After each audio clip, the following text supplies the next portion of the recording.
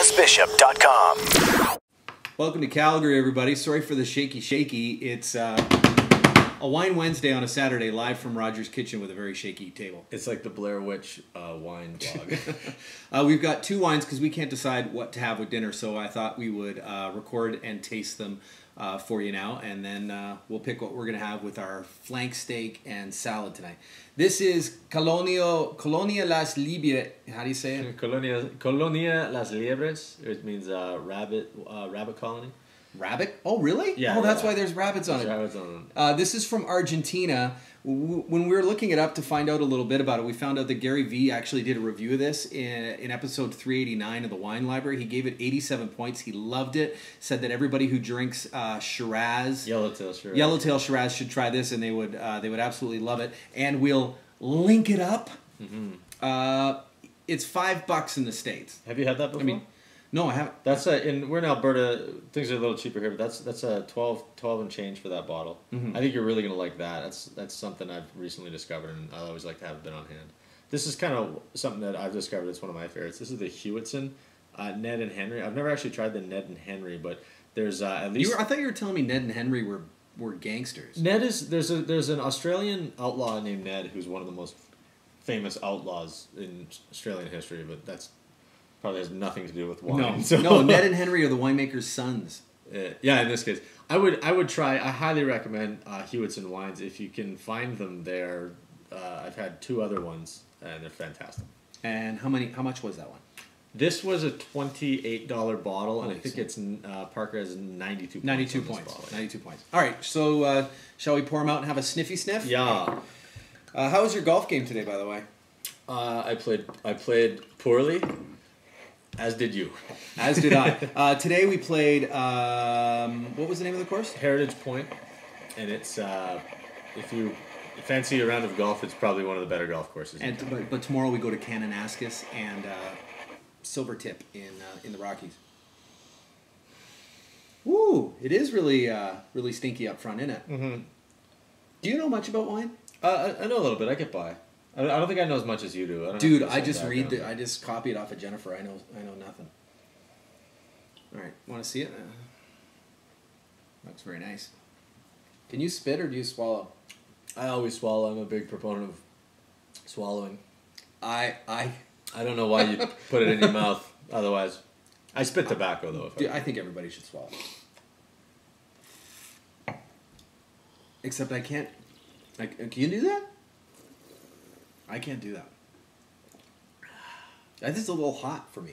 It is. I think the thing that draws me to this wine is a real bold earthiness to it. I taste a lot of dirt and a lot of like big black fruit, and even like pomegranate is what I get. A lot of that sort of that grittiness and that sort of almost like chalky, earthy taste. But Gary was describing this as a fruit bomb. Just saying it's a fun, pleasant wine. To me, it's.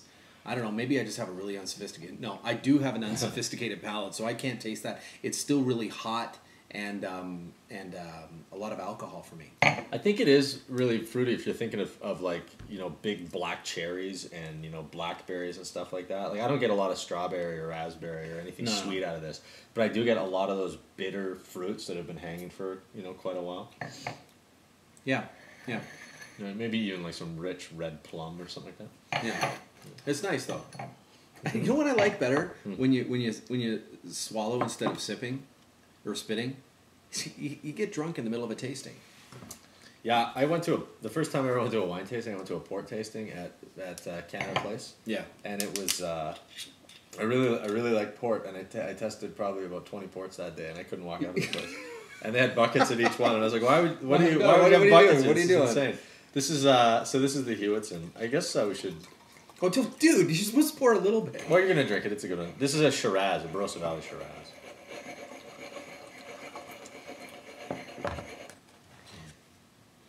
Shall we have a sniffy sniff with our big freaking glasses? See, that's more. Yeah, that's different. Hey, that's almost like rotting. Yeah, well, it's almost like a Edam cheese. Whoa.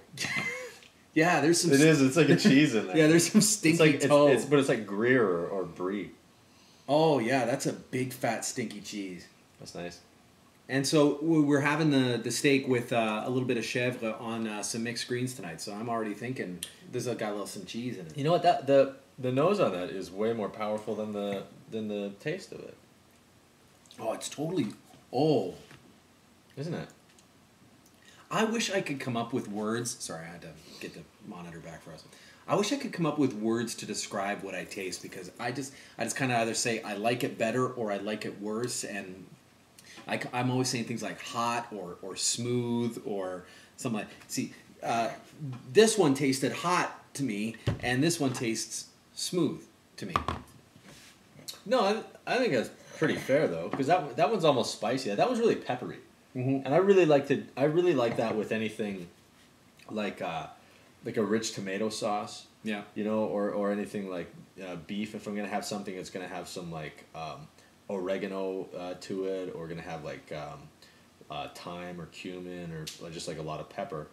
I like that, but I don't think I would like that if I was gonna have it with like a light creamy sauce pasta or like a chicken and with like beurre blanc or something like that. We're got Ned and Henry. Ned and Stacy, the Deborah Messing short-lived sitcom that was very much like a heterosexual Will and Grace. It was. It was. Yeah. So Ned and Henry over. I think so. You're taking that. You prefer the Hewitt? Yeah. I think that I think this is like a good cheap bottle to crack open with whatever. But I think if you were making like a special dinner or you want to impress somebody with nice wine, I would pick this one. I'd prefer that. Yeah. You know what else I've noticed is the whole time while I'm sitting here is I'm flashing the Sleeman logo. That's fine. That's a good beer. Plug his new beer. Did you try that? No. Oh yeah, I've had the 20. One of Jennifer's. See, I said this last time, and Jen doesn't like it, but she trades product with other people who she knows in the beer and wine business. So that's why I tried the Unforgiven Rustlers last time. She swapped out some stuff with a guy from J. Lore, and so she ran into a friend of hers from Sleeman's and said, "Here, I'll give you 3 bottles of wine and give me 2 cases of beer." So we got the Sleeman's 20, and so Roger actually interviewed John Sleeman and got the T-shirt, but Roger won't wear Nike. That's true, and Buzz does. But apparently I do. Tell, yeah. Oh, by the way, we're also rocking the Jay Lindbergh wristband today, laying down the thunder, just like Gary V. I'm wearing a Vietnam. a T-shirt that was made in Vietnam and cost me 15,000 dong, which was $1 US, and it's very well constructed. Sorry, what was the name of the Thai or the Vietnamese unit of money? Dong. Do you want to see my dong? Do you have any lying around? I do. So you know what the best part about this is we've talked about dongs and swallowing. That's because it's a booze oriented featurette. Oh, that's not what I was expecting. This is 20,000 dong, and Why do you have your dong lying around on the kitchen counter? that is a hoe on my dong.